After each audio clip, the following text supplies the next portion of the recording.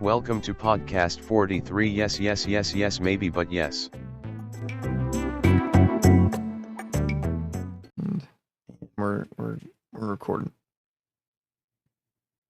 Hello. What is up, guys? This is podcast 43, episode 8, right? No, is it 8? 8 or 9. 7. I'm losing count. I want to say, okay, it's 8. It's 8. It's 8? Yeah. Okay. Yeah. All right, cool. Yeah. We did Candyman for 7. Yeah, because and this week's episode is Don't Look Now by Nicholas Roeg. So So yeah. we will talk about that in a bit, but if you're new to the show, me and Chris have a kind of a format for it where we go over our films that we watched over the past week, and then we also have a news section. So, Yeah. Chris, what have you watched in the past week or so? Well, I watched a lot of things this past week because there's not much else to do other than schoolwork. And I don't know. I mean, I watched a lot of interesting stuff, but I'd say the two most interesting things that I watched were Tetsuo the Iron Man, which I felt like bringing up because I know that you've seen it as well. So I wanted to talk about it. Yeah, because for listeners that aren't aware, Tetsuo the Iron Man is an 80s Japanese body horror film. By Shinya Tsukamoto, which is like it's just really weird. Like it's like this guy that like sticks metal in his body and then like bugs and stuff like kind of come out, wriggle around in his brain, and then it's an experience for sure. Yeah, it's pure. I don't know. I called it this is kind of a joke, but in French cinema, they had a term early on called photogeny. Baguette. But yeah, they had a term. They had a term called photogeny, which is like the purest form of cinema, something that could not be replicated in any other medium, really. And I would say that Tetsuo the Iron Man is photogeny. It's pure cinema. You couldn't do it in any other art form. Yeah. Yeah. Interesting. Yeah. I've actually watched this one within the past year, but it's been a few months since I've seen it. I had no idea where it was going. There's two other ones. There's a trilogy. It looks like they lose. Well, I haven't seen them, first of all, but it looks like they it doesn't look like they're as unique as the first one. It looks like they kind of take on more of a blockbustery, if I'm thinking correctly. Oop. Yeah. Have you seen them? No, I do want to, but yeah, it's like kind of like the movie kind of looks like low budget, but also like it's very well made at the same time. Like I just had a blast. It's really short too. It's like 60 minutes. It's just wild.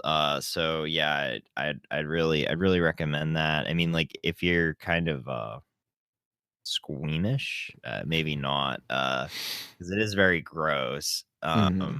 But I mean, if you can get down with some like Cronenberg, with some The Fly or Videodrome, then I don't. His son's movie I think just came out on video on demand. Possessor. I think. Yeah. Shoot, I always forget his son's name. Is it? Yeah, it's fine. But the movie's called Cronenberg. That might be it. No, I'm just kidding.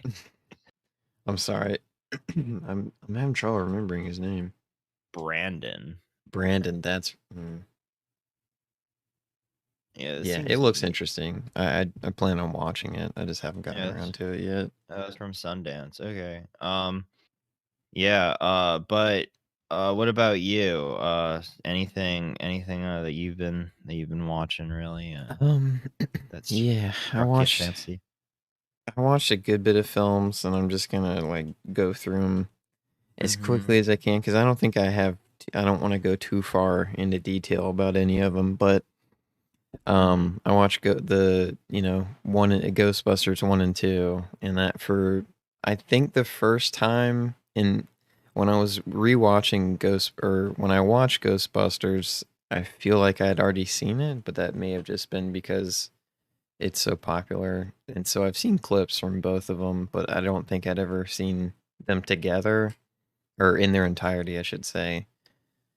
And yeah, I loved Ghostbusters too. I thought it was a really fun movie, and they all have good chemistry to me. But I watched those. I think the message of Ghostbusters 2 is a little cheesy, but it's not like bad or anything. Oh, it's Um, it's yeah, Ghostbusters 2 is it's really it's funny yeah, too. I've been a staunch Ghostbusters 2 defender for a while. Hmm. I don't understand why people hate on it so much. I think it's a I good think I think it's it's I think it's a good sequel. Yeah. Yeah, it's I mean it does exactly what a sequel needs to do. It doesn't tread Yeah. its own, ground that the first one did. It just kind of expands on it and has more fun. I think it has like a lot more fun than the first one. That bit where they're, like, at the end, where they're controlling the Statue of Liberty to, Jackie Wilson's "Your Love Keeps Lifting Me Higher" Mhm. is just wonderful. One of the Yeah. best utilizations of music in cinema. Yeah. It's a blast. And then on top of that, the whole thing at the beginning where it's like nobody cares about the Ghostbusters and they're, like, doing, like, birthday parties. It's really funny. It does It's make me think that 'cause didn't they want to get Eddie Murphy for is that a rumor or is that true? They wanted to get him for shoot, what was his name? Wait, Um Eddie Murphy, yeah, yeah, they wanted to get him I for guess I guess, yeah, they wanted him to be Winston instead of yeah, that's right. instead, um, of, uh, what's his name? Ernie Hudson, yeah, so Okay, yeah. I do wonder what it would have been like if Eddie Murphy had been in it, but I still really enjoy him for, yeah, like it's not that big of a deal. I mean, I think kinda like I do like, I do like Winston in that movie because he's just kind of I feel like Eddie Murphy would kinda be He a little bit more, like, animated and stuff, but I mhm. do like how, like, Ernie Hudson and Wes Winston is, like, kind of this like, kind of like almost like a straight man, like, Mhm. he's just like He holds the yeah, group down. yeah. When he's like, he's as long as there's when that quote from the first movie where he's like, "As long as there's a steady pain, it'll believe any shit that you tell me," or something. Uh, That was a good line. um, yeah. And then I watched two other movies this week that I want to kind of talk about. Okay. I watched Session 9, which was it was a horror movie on Netflix, and it wasn't made by Netflix, but it came out in 2001, and it was directed by Brad Anderson, I believe, and he did The Machinist too, Hey. which I haven't seen that one. I haven't seen that one, but I do intend on watching it. But I want Yeah. to say something about Session 9, but I think it kind of ultimately will give away too much. Mm, I don't think it's a great movie, but I think it's I think it's interesting, I guess. Like it's a fun watch if you want to watch like a thriller. I would say yeah. watch it because the premise is the premise is what got me because I was like, "Oh, that sounds pretty interesting." Um, I mean, yeah, it's I have you seen it? No, I mean, I Okay. haven't even seen The Machinist, but I was just looking at his other movies, and yeah, man, Yeah. really See, good. I Really. started Trans-Siberian with my girlfriend because me and her watched session 9, but we have like 30 minutes left of Trans-Siberian, so I'm just gonna Mhm. wait to talk about that one until I actually finish it. Are you okay with admitting that you're watching a movie segmented?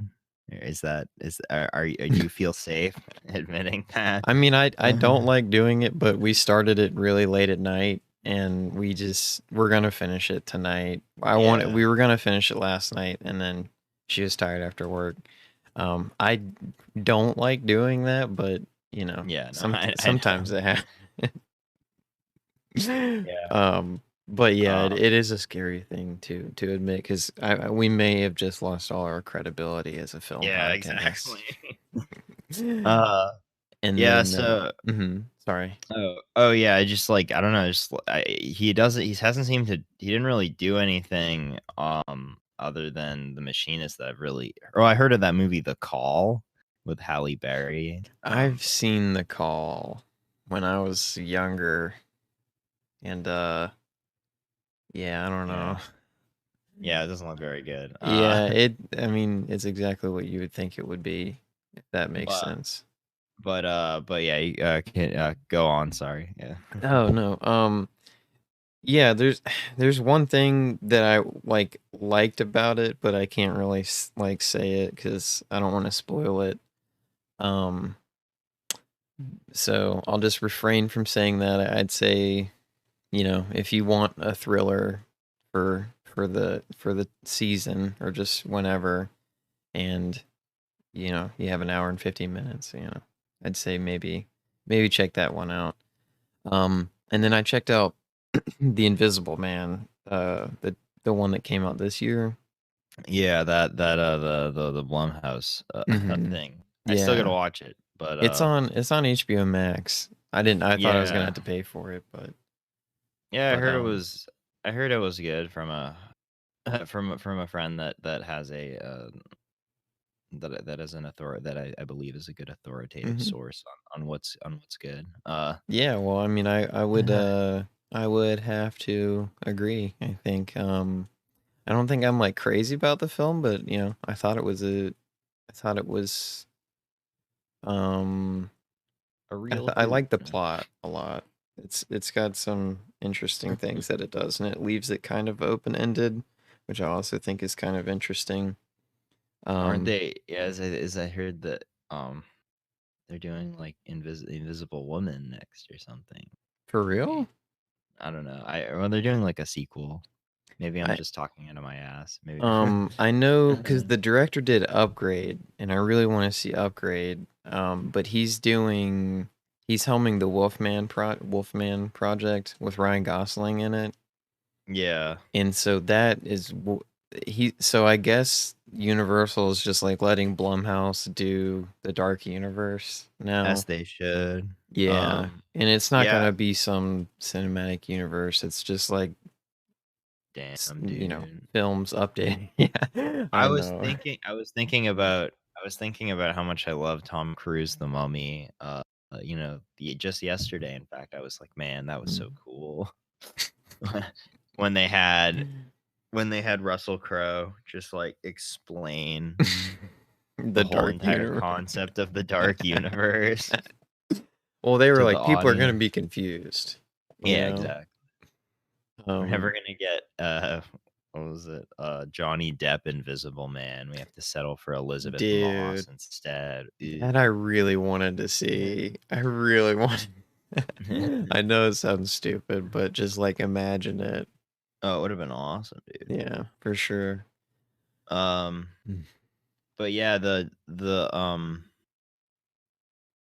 yeah, I'll have to still watch that. That's been I try Yeah, to watch every Blumhouse release. I know you stand beside them. I do, I So do. yeah. They What's their are. next? Did they do the Unhinged movie? No, wait. I'm No. thinking of Freaky. What was Yeah, the? they're doing Freaky. That's their Okay. next. That's the one Yeah. that I'm very excited for. But I did see The Hunt and I saw Fantasy Island. which were their two which Other were like new. other new films. Mm-hmm. Fantasy Island was really like bad in a Blumhouse type way. And The Mm-hmm. Hunt was kind of bad because it was like trying to do like dumb political commentary, which is like doing it really badly, but it's still really like any Blumhouse movie that isn't like, like actually good, like you still have a Mm-hmm. fun time. You just gotta watch with some pals, Uh Mm-hmm. yeah. With The Hunt, I really like David Lindelof, so I was kind of sad to hear that it just wasn't a very good movie. But I mean, he wrote it, so who Yeah, knows what happens. I feel like Damon Lindelof, like I don't even know how he wrote that. I mean, he wasn't the only person that wrote that script though. I don't Yeah, Yeah, I like there think were it like was like him and one or two other people. yeah, I mean, I think that Yeah. that's more than anything is like what, you know, do they say too many cooks spoil the spoil the pot, I think that Mm-hmm. Yeah, because like he can do. I mean, he can. I don't remember if he directed any of the Watchmen episodes, but he can write like political commentary pretty well. I yeah. love that show. If you haven't seen that and you're into Watchmen, I would definitely say check that out. But Yeah. mhm. Oh, you have anything else? No, I'm gonna save the other movie that I watched for next week. All right. This Yeah. ties in more. So Yeah. Yeah. yeah. Well, all right. I watched watched Hubie Halloween, as you know. Oh yes, yeah. I totally forgot. Yeah. All right. Let's hear your review of it. It's fucking awful.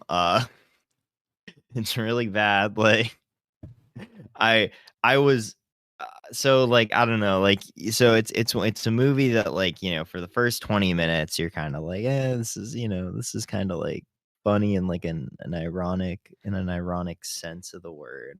Hmm. Uh but as it continues, it just gets more and more grating and Hmm. it's like there's just so many characters, there's just so many Adam Sandler cohorts that are just shoved into the movie, Hmm. and that it kind of just like loses a lot of like steam, like for example, like well, like there's this running joke where like Adam Sandler's like mother I think buys I've heard these this she joke. buys shirts um Hmm. from Goodwill, and like she doesn't know what they mean, but like they're just like, some type of like, like just raunchy phrase. Like she has one that's like she's the first one that you see is a shirt that says boner donor. Hmm. And so like it's funny at first, but it's just like a running joke that just goes throughout the whole movie, and it just gets like run into the ground like really fast. And then No. Adam Hmm. Sandler doing a funny voice can only be so entertaining. Is it throughout the whole film that he does that? Yes. Oh, okay. Yes. See, for those who don't know, um, I'm a big fan of I think Chris would agree with me on this, but of Zohan. Yeah, So Zohan's great. I Yeah. love not all Adam Sandler movies, but like there's like a good like hand few that I think are funny, but maybe not for like I just like how he used to like push like That's My Boy is probably the grossest comedy I've like ever seen. And I think it's so funny. Like it's so stupid, but I See, mean that it's one's like you surprising too, because it's an R-rated Sandler movie, like with yeah. comedy. Yeah. I mean when you get Vanilla Ice and did Vanilla Ice show up in this one? I don't believe he did. I know. That But sucks. Adam Sandler uses a thermos as a weapon, though. It's like his thing. Well, it's like a thermos with a bunch of gadgets, like a Swiss Army knife for a thermos. Like it has like a telescope on it. It Oh. shoots things. It's it's really important to the plot. I just it, I think I sent it to you, but like IndieWire said it was the comedy that the pandemic USA needs, or the virus stricken United States needs, or the world needs, or something like that. Well, it was, yeah, I think David Ehrlich was like kind of somewhat positive on it. He was, I mean, I usually don't agree with him, and I disagree with him on this because there's some like he wrote something in this that was like, there is no such thing as good or bad. And I was like, well, Well, okay, you're a critic. You're a critic, dude. Like, that's your fucking job. Like, yeah, I mean, everyone's entitled to their own opinion, but I think people have their own definitions of good and bad. but he did write something in it that I think I do agree with, where he said that Hubie Halloween was a movie that Adam Sandler and his friends wrote one weekend while chilling out in basketball shorts, which that's yeah, most definitely true. but boy. yeah, she was like, and then there's like this whole Adam Sandler, and then like what's her name? The woman from the mom from fucking uh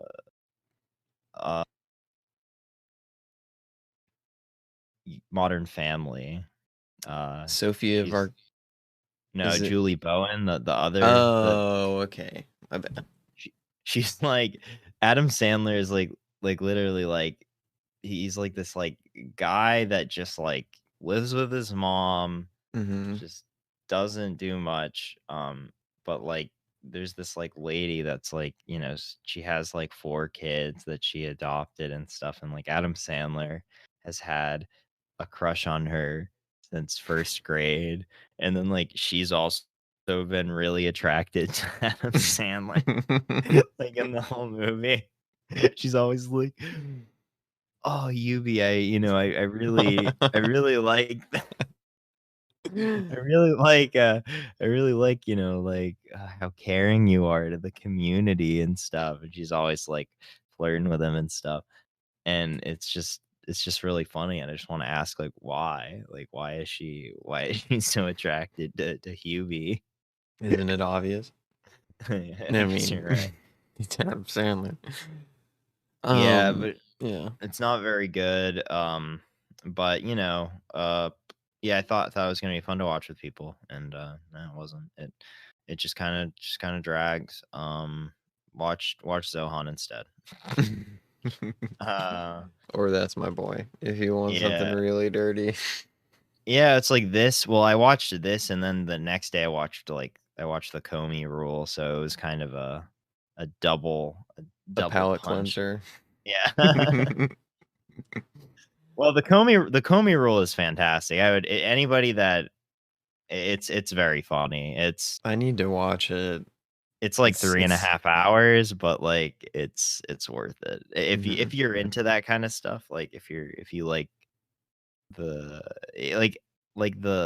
it's like if Oliver Stone made a movie about the Russia investigation, and then like they just like told Oliver Stone that he wasn't allowed to direct it, and they just ripped out his script, and then they just took the the story that he made, because it's like it feels kind of Oliver Stone-esque, but oddly enough, the person that wrote it was and directed it was the person that wrote and directed Richard Jewell, which is weird because this movie's just like, I oh, thought look Clint how, Eastwood directed Richard or no, Jewell.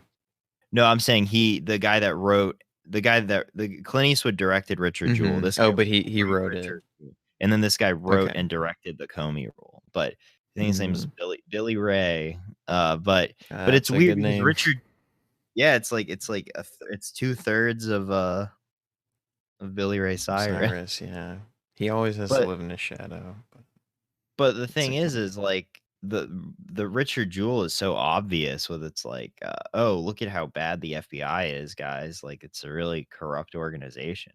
And like this movie is like, the FBI is of utmost honor and it only does the right thing for justice. And like it's just like kind of weird how both of them are written by the same people but have like completely opposite angles on the FBI. So That's kind of interesting. yeah. Yeah, I still haven't seen Richard Jewell. I think it's on Dude. HBO. Yeah, dude, watch Richard Jewell. It's so good. Clint Eastwood is he's directing another movie. Yeah, I have that in the we can go ahead and talk about it now if you Okay. want to.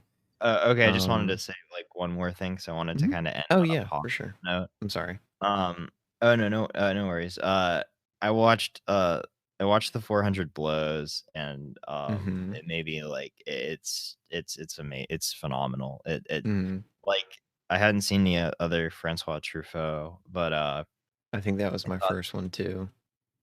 yeah, but it's like it's so good and like so sad, and it's like it's a good, I think it's a good intro to like new wave in the same way that a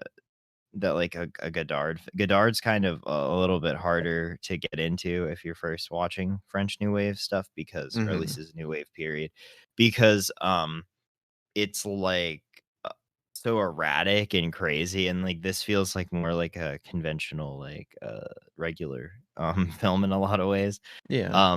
But it still has like a lot of the new wave techniques, and I just found it's a tragic and it's sad, like French cinema should be, but also very funny, and it just has a beautiful ending, and I think that Jean-Pierre Léaud was a fantastic child actor in this, and of course would move on to work in a lot of other pictures, whether it be with Truffaut and the subsequent sequels to this, or uh, with Godard in like he's great in Masculine Feminine, which is a Godard film that I highly recommend. It's just kind of about like the youth of Paris in the 60s and stuff, and like he's really cool in that. Or Les Chinois, which is a Godard movie about a bunch of French Maoists that just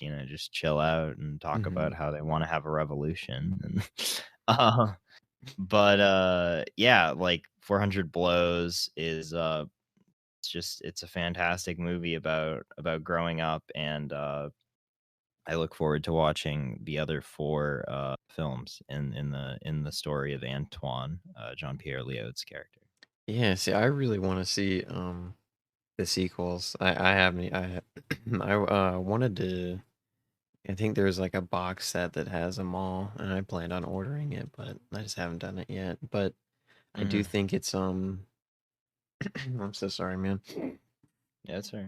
I think it's interesting how Luca Guadagnino is taking inspiration from him, and he's been saying, I don't know if it will happen because it's been a few years and he doesn't sound as positive of it anymore, but he kind of wants to do the same thing with Call Me by Your Name, where he just keeps revisiting um the two main characters Yeah, it's throughout their like life period, or their life period, throughout their lifetime. Sorry. yeah, I find it good because I find it cool because it's like you feel like you really probably would get attached. I feel like you'd get really attached to the character the way that you wouldn't to like, somebody else playing them, because like they've, honed in their skills, like cuz this movie and the final movie uh is I think, yeah, there's 20 years in between. Oh wow.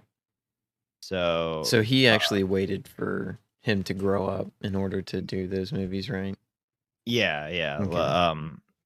Yeah, Love on the Run is the last one, and it's so you think about how much time not only like you can develop the character while writing it, but also like how much Leod grew up, like, because he this was like, one of his first movies, and like, then he went on to become kind of a star of the French New Wave, working with other people like Godard and stuff, so he kind of like honed in on his skills over that Mhm. period of time. Yeah, I think Luca said he wanted to do the same thing, where he wanted to wait till they were actually the age that they were in the books, or whenever, however he envisioned it. Yeah, But I need to see his new TV show.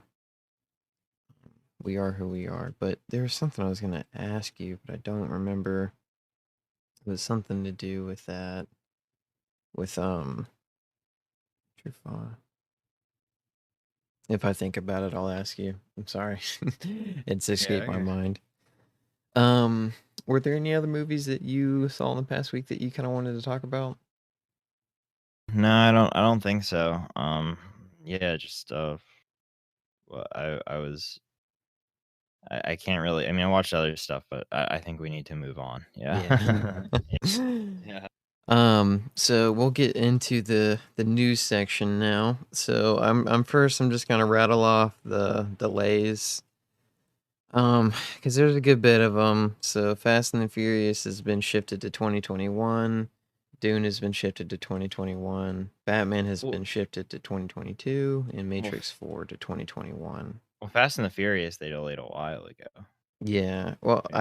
I think they moved the month for Moved the some month. reason because All right, it popped up again. all right. It had been delayed. This is just getting frustrating. This is making me furious. Well, I don't know, man. Just like I May 28th. saw, yeah, I saw a news article, and it was saying that like AMC has like logistically like 6 more months before they go out of business. So like with stuff not coming, like I don't know. I don't know how theaters are gonna survive. Wait, The Rock isn't going to be in this one? Huh. Interesting. The That Rock breaks isn't my going to be in. heart. Yeah, I know. Don't tell me that, Chris. I mean, I guess there is the whole thing about Him and Vin Diesel. yeah, him and Vin Diesel like they like hating each other. So like I Yeah. don't know. Apparently they made up.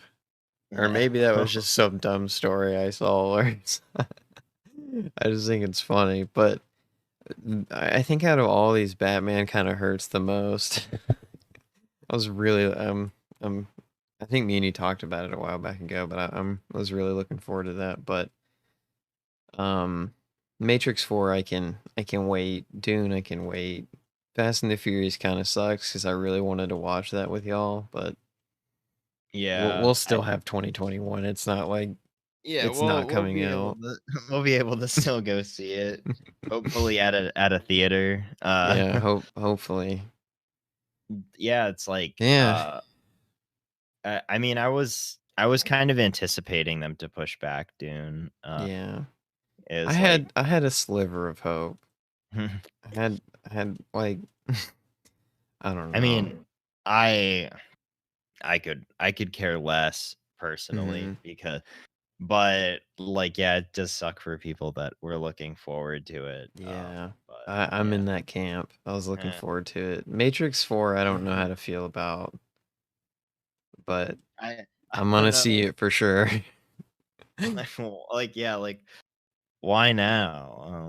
I, I guess everybody wants a sweet taste of that Keanu, Keanu. that Yeah. Keanu pie.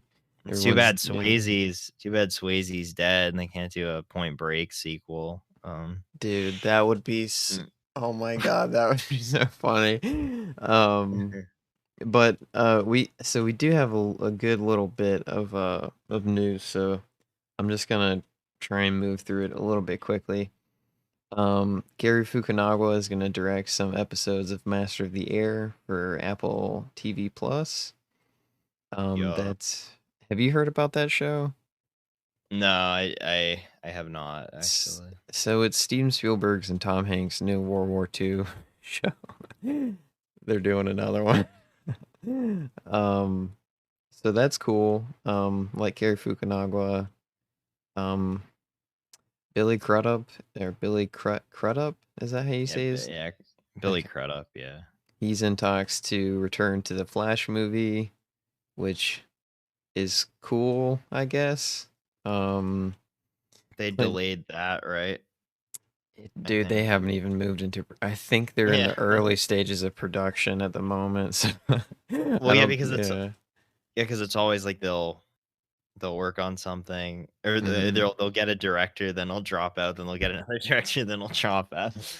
Do they have a director for Yeah, I want to say it was it? David. No, not David Sandberg. That's Shazam. I want to say it's like it's Andy Muschietti, the guy that Oh. did it. Yeah, Hmm. the guy that the Hmm. guy that just kind of was there and just kind of directed Cary Fukunaga's script, and then Yeah, the first one is. I thought he was a good director when I first saw it, and then I saw the second one, and I was like, "Well, I see what made the first one so good." I think it's the chemistry of the actors and also the script that Cary Fukunaga wrote was really good. Well, yeah, I mean, I'm excited for the Flash movie.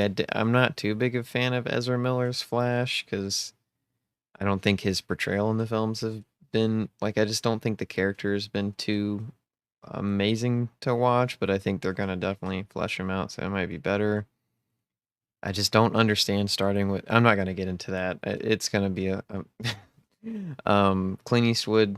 We talked about this briefly. Cry Macho. He's working on a Clint. new film. Yeah. Did you see the Mule? I actually am gonna watch it this week because I have to watch it this week for something. Okay, But I'm interested to talk about that with you. yeah, it's dude. Clint Eastwood is He's so interesting. There's the he's projects he chooses.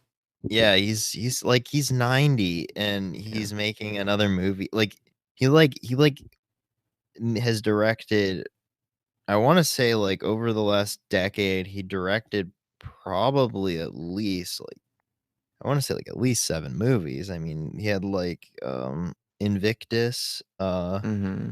he had Sully, he had American Oh, Sniper, I he had forgot Richard about Sully. Jewell, he had The Mule, he had the 1517 to Paris, he had J. Edgar. Like he's amazing. Just like Mm-hmm. everything about like how he's able to just make films like that. Yeah. Yeah. Um, this one kind of made me laugh. I don't have too much to say other than I'll probably check it out. RDJ wants to create a Sherlock cinematic universe. Yes. So he wants to go from one cinematic universe to the next, which is okay. I mean, I like those two Sherlock films.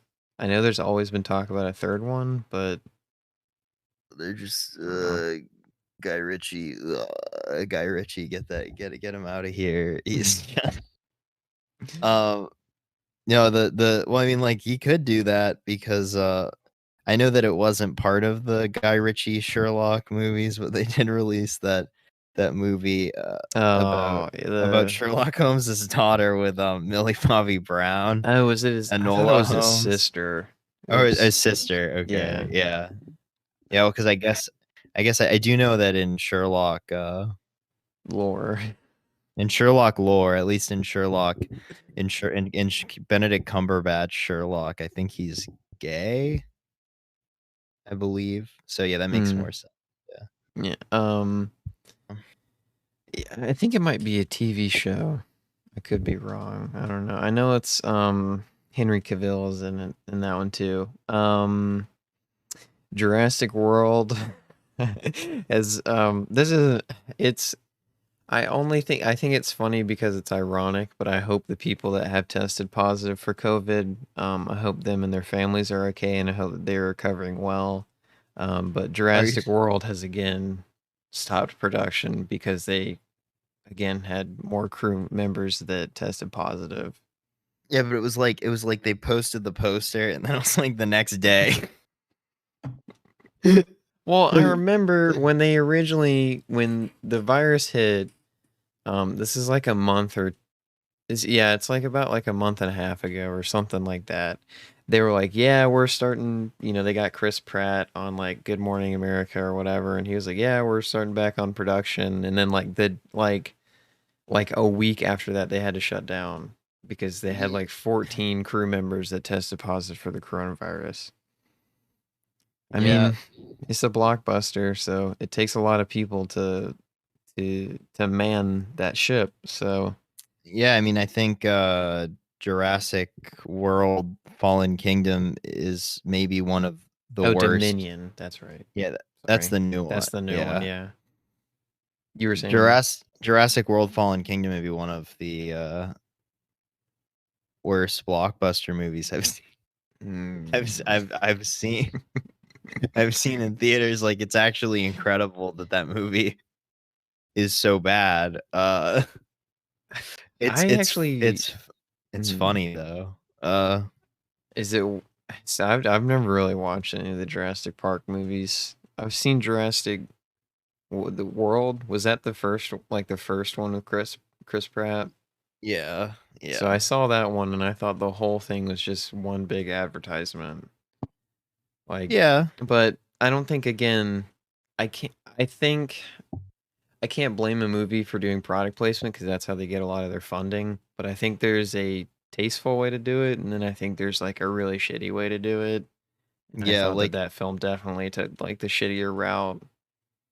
remember the shit with they're like in like those balls that like move around the park and it's like, "Hey, I'm Jimmy Fallon."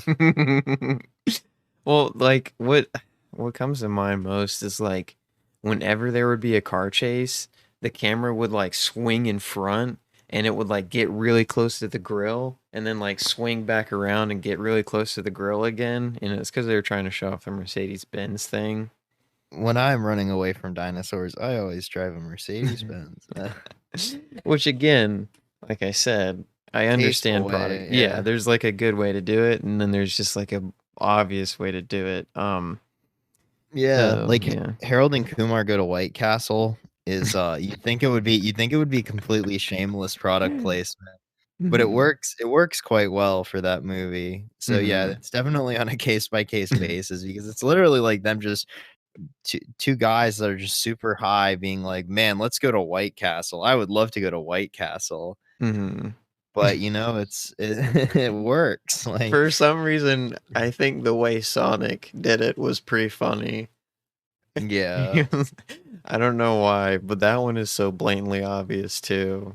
It's like, Yeah, oh, but we have this gift card for endless breadsticks at Olive well, Garden. do you know about the thing with Batman v Superman when they're doing like the interviews with Zack Snyder and he just starts talking about like why they chose Turkish Airlines to be like in the film and they're like, "We believe that Turkish Airlines is a great representation of our brand." And it's like, Yeah, whatever, Zach.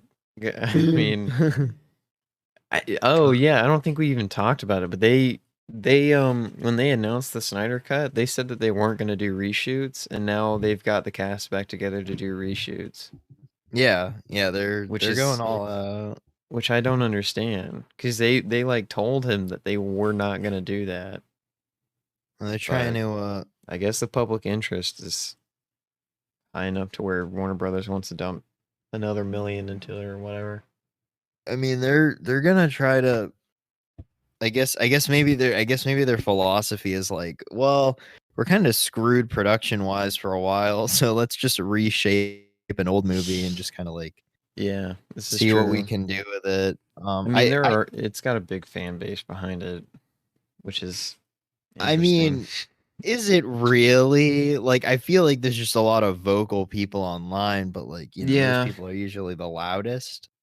But yeah. I just I like mean, I think like they got that billboard, which that is doesn't mean a true. lot, but like still like it's got a loyal fan base enough to where I think they'll probably be able like regardless of how good or bad it is, it's gonna get talked about a lot because there's not really anything coming out. Like, but I mean, there's stuff coming out, but you know what I mean?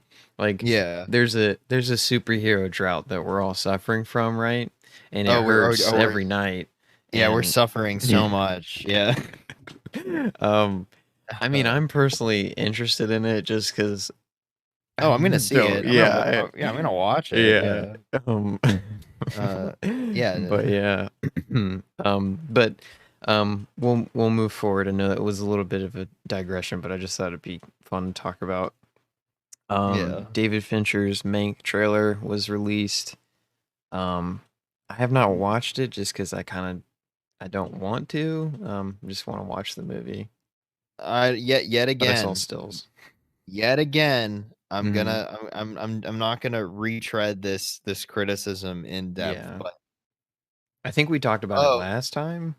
no, I just like let's make a movie about people making a movie. Mhm. Cool. That's awesome, guys. I'm Mhm. so happy that I get to learn about how they made a movie that I can just watch. I'm Mhm. sure it will be fine. Fincher is a competent director, but I would have preferred for him to take a To more make 8. interesting I like get a it. like what he does, like a thriller, like, I don't know, like, Yeah. not but oh, No. well. It j Yeah. like, I mean, I'm interested to see it because it is his father's passion project, so I think it's kind of interesting to see how he's gonna, like, Oh, I didn't know take that. it. Yeah, that's Yeah, his cool. father wrote it, and, it was a passion project that his father never was able to make, I think, so now he's, like, kind of taking on the helm of it, but it does I suck mean, that it was I just wish he would have let Mindhunter season 3. I wish he would have let that team continue what they were doing without him yeah. there. Because now like they had to release all the actors. They had to release like everyone they had under contract because he couldn't do a season 3 because he was shooting Mank. But hopefully it's not the end of that show. It's just going to be another long wait because there's a really long wait between season 1 and season 2. But um, Yeah. Charlie Kaufman, yeah, what's up? I was just gonna say, yeah, that's, I hope that I never saw Mindhunter, but I know a lot of Mhm. people like it, and yeah, I It's hope yeah, I hold it in very high regard, and I'm sad to see it's just like unknown what's gonna happen to it, but we'll see. yeah, but He felt very strongly about that show, so I'm do sure. yourself a do yourself a favor, listeners, and watch some movies that, Joseph Mankiewicz wrote, you know? Hmm. Definitely. I'm not even a meme, but yeah, just watch watch Citizen Kane, Hmm. before watching Oh Mank. yeah, for sure. I feel like you kind of Yeah. have to. I'm Yeah. probably not gonna rewatch it just because I've seen it a good Right. bit. Because me Yeah. and you had to watch it for our film studies class, and then I watched it like Yeah, I've Like seen it I so many yeah, times. I don't really have a desire to I like the movie. I think it's a good movie, but um in I our think next it's little yeah, what's up? excellent. No, I think it's, like, a perfect film, but, Yeah, it's very good. oh, Charlie Kaufman is writing a new oh, movie called The Memory Police. I don't think he's directing it though. that's the one that he's doing with, Doug Liman, right? Um this one he's doing it with Reed. Oh, what's going on there? With Reed Morano. She's directing it. It's gonna be an Amazon Studios film. Oh, okay, so then he's doing he's doing the Lyman movie, and then he's doing this one too. He's oh that movie. Oh yeah. Yeah, I'm Yeah. still interested to know how he's attached to that Doug Liman movie, but it's Yeah. it's whatever. Uh-huh. Yeah, I don't have really too much to say on that other than like gonna see it, but do you have any thoughts on that? Um, no, I mean, yeah, cool. Yeah. I think maybe he should go back to, I don't know, just writing.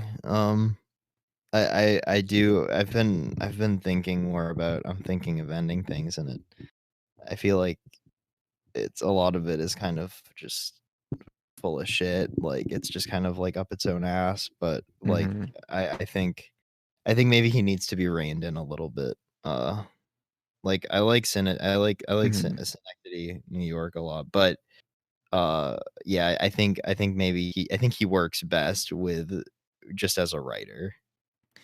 It's a tough thing, I think, for him because he definitely does want to direct, but like no one wants to. He's not making money. I don't know how I'm thinking of anything's performed, but I know that he's been very vocal that he like makes no money off of the films that he directs. Like he often loses money. Yeah, I don't think So Anomalisa didn't make money. yeah, I think he's probably writing this so he can get money to maybe make another. I do kind of see where you're coming from though. I don't really have a desire to rewatch him thinking of ending things. Honestly, it really hasn't been on my mind too much. I knocked 'Cause I still don't. I knocked my rating down. Yeah, I was like, Yeah. yeah. Pixar's new movie Soul is moving to Disney Plus. And you don't have to pay $30 for it. For real? No, it's just on Oh. Disney Plus. Oh It's wow. awesome. Yeah. Cool. Okay. That's good. So it looks like Milan, it didn't make enough money. No, Chris, it did very well. Yeah, We've talked about this, bud. Come on. Disney would not lie. You know, because You're right. yeah. You're right. And the last thing I have, I know it's not really that important. Doctor Strange is going to be in Spider-Man 3. So there's that too, which is that's awesome, dude. That's awesome, dude. But we're gonna take a quick ad break and we'll be right back. We know this one is we've run a little long. Yeah. Okay. And now we're back from our ad break. Yeah. We are back. Yeah. So now I guess if we're done with news, right? Yeah, we're all good. I guess we should discuss our film. My choice this week. Nicholas Roeg's "Don't Look Now" from 1973 with Donald Sutherland and Julie Christie. So so yeah, it's picked a horror movie because it's it's Halloween. And yeah, what did you think of this movie, Fulton? So I had started it probably like a year or two ago, and for some reason I didn't finish it. But I stopped. I mean, like I barely got into the movie. And so I will be honest, I don't really know if I liked this movie. I think I kind of feel the same way. Yeah. Yeah, I just like so my girlfriend, she's read the book. So I was asking her questions on like how it kind of lined up because when I got finished with the movie, I was like I don't know, I just didn't I had a general feeling of dissatisfaction with it. And because like I kind of didn't get it, and then she kind of explained it to me, and then it made more sense that like I'm just gonna put out a spoiler warning because it's the only really way that I can like talk about. Yeah, because it's very much a slow burn type movie. Like it's not like But I don't like for sure it's a slow burn for sure, and it doesn't really. So like the ending is like he gets killed by this person that like this small person that is running around Venice killing people, and she wears the same jacket as his daughter did when she passed away. And so like I'm assuming the message of it is that he never really dealt with his feelings, so it eventually did consume him and it did kill him. That was the message that but like I don't ever feel like he is really like I know like during the film he has sections where he thinks he sees his daughter and stuff like this, and I just never really felt the weight of like anything he really went through. I mean, that was just me, but I don't know. I don't know. I just, yeah. How did you feel about it?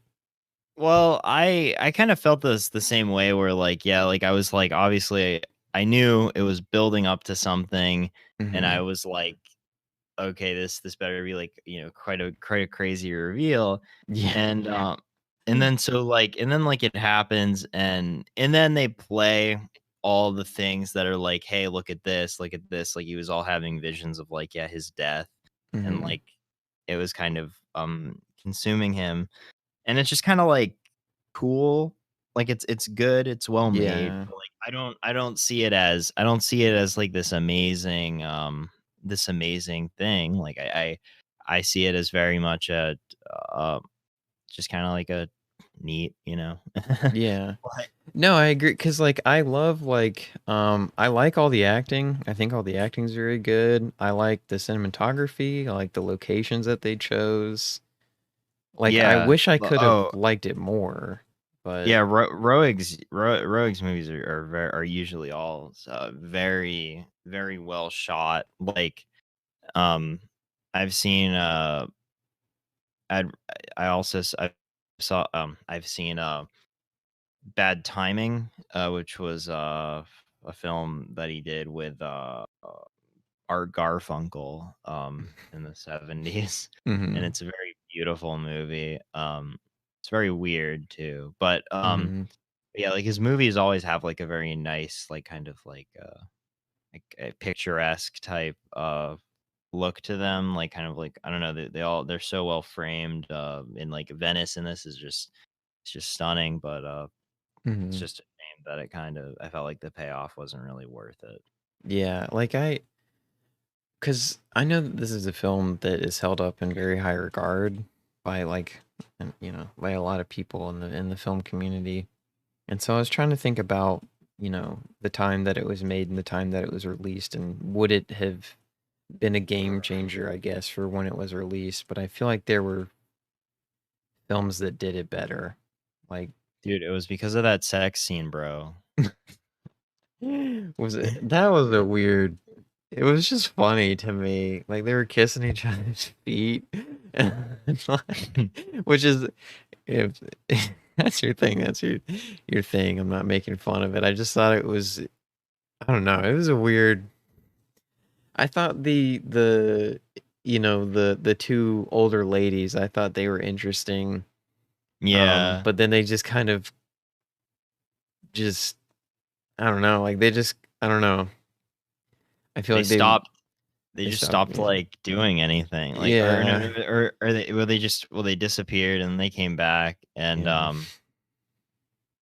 but like I don't know, I just kind of wish they did more. But however, I was happy that it wasn't going to go down the road of like, oh, these two women are like just evil or something. Yeah. Like, I I'm did think happy it that, was yeah. yeah, it was interesting that they decided to actually make them be like these protectors almost, or these, Mhm. forecasters by being psychic. And I would have Yeah. also liked to see them play around with like, Donald Sutherland's character being psychic, because it kind of really only comes up in that one instance Yeah. or from the top of my mind that I can think of. I don't think that they really dive into it other than like the wife is like, "But Donald, they're saying that you have the powers too. You should go see him." And Yeah. that's pretty much it. Like you like shrugged it off. Yeah. All this stuff. So like, makes you think like, well, would they, if he went and saw them, like, would things be better? Like, yeah, like would Yeah. that? Because like it's like, oh, it would give him comfort in like his grief of losing his daughter. But I just feel like the grief never really like I don't know. I just never really felt like he was struggling with yeah, it. Like he just kind of seems normal, honestly. He doesn't really seem affected by it other than when I don't know. I don't know. I just didn't really feel the weight, which is kind of the whole point of the film to me, that they're going through this. his like there is that good scene with Mhm. Sutherland's character um is like, yeah, he's like kind of like yelling at his wife, yelling at Julie Christie, and he's Mhm. like It's like, our daughter is dead, dead, dead, dead, dead, dead. Like that's really good. That's like really good acting, and I think like Yeah. I kind of wish there was like more of that like tension between them, because like Yeah. I don't think that there was like enough of that. Mhm. But yeah, I don't know. I just yeah, I'm quite. Yeah, I can't. I have to say that I'm just quite disappointed that I didn't like this as much as much as I thought I would, because Yeah.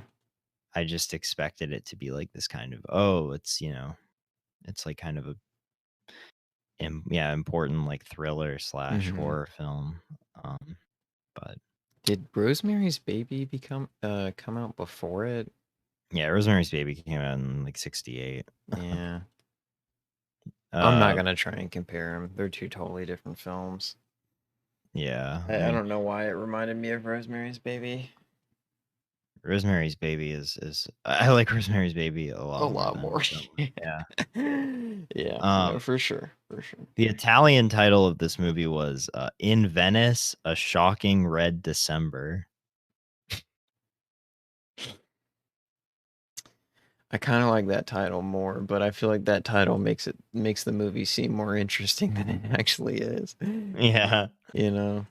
Yeah, and I do like the ending. Like I really like the music, and like the like how they're like showing all the stuff. But like at Mhm. the same time, I feel like it's almost like patronizing. Like it's like, oh look at all this stuff that happened that you met. Like I would prefer if it was done in a less subtle way, Mhm. that it was pointing out the obvious clues throughout the movie of how we got to the ending, Mhm. you know? Yeah. Um yeah, I get what you mean, and I do agree it probably should have been more it should have been more subtle. I just don't, to me, like, I don't know. I just don't really think I like the film too much. But I would still say if you have interest in the movie, still check it out. You know, Oh don't yeah. let me and Chris's opinions on the film sway you. I think we've been pretty vocal about if you want to check out a movie, check out a movie. Because there's a there's a big community of people that really like this movie. Um, Yeah. so maybe we just Nine, don't see something in it that they see. So, you know. 96 on Metacritic, so I think Oh. we're the dumb ones. Uh, uh, Yeah. Well, Endgame got like a 97, so not really as not really as good as a movie, but I'll look you past it this know. one time. um yeah. Yeah, that's I wish I had more to say again with Candyman. I feel like Candyman again, but um yeah, I mean, yeah, I did like it more than Candyman, I will say that. I may I have liked think Candyman more. damn. I think this is a better made film than Candyman, though. I'm not gonna I don't want people to misunderstand why I think I enjoyed watching Candyman more than this one, but Don't Look Now is definitely a better made film than Candyman. Uh and then on like uh yeah, what's it called? Um You talking about the movie? yeah, it's just like the movie was like, Mhm. I also saw like, I couldn't really think of, I don't know, he kind of reminded me of The Omen in some parts. Like, Mhm. I don't know if you've ever seen The Omen, It's but on my list, but I haven't uh, seen it just yet. uh, but like the whole like um this like kind of like affluent family being in I don't know, just being in another country. Well, at least Yeah. Donald Sutherland's character, but I don't know. I was just kind of I think it's just because both of them have like that like '70s like horror vibe, and are kind Mhm. of occultish in some ways, but and yeah, yeah. Mhm. But check out The Omen though. It's got one of the all-time great head decapitation scenes in cinema. Nice. I really want to. There's a few horror movies that I want to watch coming up, in Omen, and I really want to watch Children of the Corn too. Yeah, Children of the Corn. I think I never finished it, but yeah, it's pretty all right. It's pretty all right from what I saw. I really like the poster with the Slythe and the. I always thought the poster was pretty eye catching. Yeah, definitely. So yeah, you have anything else to say about this movie? No, not I'm like, again, I wish I did, but there's just yeah. I have to say that I can't. I really don't have anything else to say either, other than this is kind of a soft, I'd say a soft recommend from the both of us. Yeah. Check it out if you have an interest in it. When are we gonna pick a movie that we're just gonna like tear into and just oh god, dude, if we ever do the franchise retrospective on Predator. Yeah. Oh yeah, I want to see you just talk about how much you hate. It'll come one day. The Predator. Just to give people an update on the franchise retrospective, for people who don't know, me and Chris are in college, and our school load has been a little bit hectic lately, so we have not forgotten about the franchise retrospective. We're waiting for a time when we have a little bit more time to do it, so it'll probably be around like December or something when we get on breaks that we'll be able to chip through that. Yeah, it's gonna be a while because we do have to focus on school first. Not saying that this isn't as important. Yeah. I mean, I love doing the podcast. Thank you all for listening. Stuff like that. I'm very appreciative that we're able to do this and talk about it and stuff, and do I personally love talking about film, so I don't mind doing it. I enjoy it a good bit. Yeah. But yeah, I think that's kind of next week we're doing The Wolf of Snow Hollow, which is Jim Cummings' new movie, and we will have a special guest that'll join us. We'll save this surprise for next week, but we'll have a special guest that'll be joining us on the podcast, and we'll be talking about both of Jim Cummings' movies. And yeah, so that's that. We're pretty excited to do that and to get that to y'all. First, I didn't know there were two Jim Cummings, so I always thought like when people talked about Jim Cummings, the director, they were talking about like the voice actor as well, like from like like The Lion King and stuff. I didn't even know that there was a voice actor named Jim Cummings. Oh yeah, he's big. Yeah, he's boy. He voiced like Tigger. Oh my god, wow. And Winnie the Pooh. So he was a huge part of my childhood. That's a shame that I didn't know his damn, okay. Oh, he was in Shrek. Oh, he played Shrek? Yeah. Oh, and Donkey? Oh wow, and Fiona. Oh my god, guys. Oh my god. This is insane. Pinocchio? Oh, he was Captain. I was in Three Blind Mice too. Wow. He was the captain.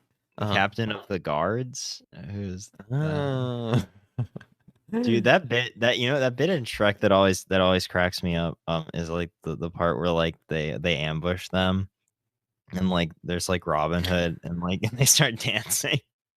I need to rewatch. Screw it. We'll do the franchise retrospective on the 4 Shrek films. I would love to do that. I'd so be down. I'll add that to the list. Okay. All right, people, you're hearing real life progress. Me and Chris working on the show. Like Shrek 2, one of the great sequels. I love Shrek 2, man. It's so funny. I like all of them except the kind of the 4th one, but we'll save that for the franchise retrospective.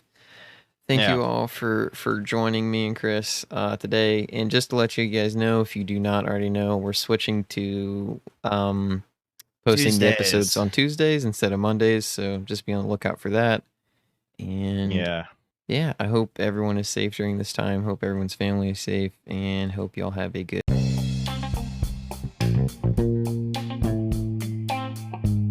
week. Yeah, have a good week, guys. Peace. You don't want to say stay wavy? Stay wavy. There we go. All right. Bye.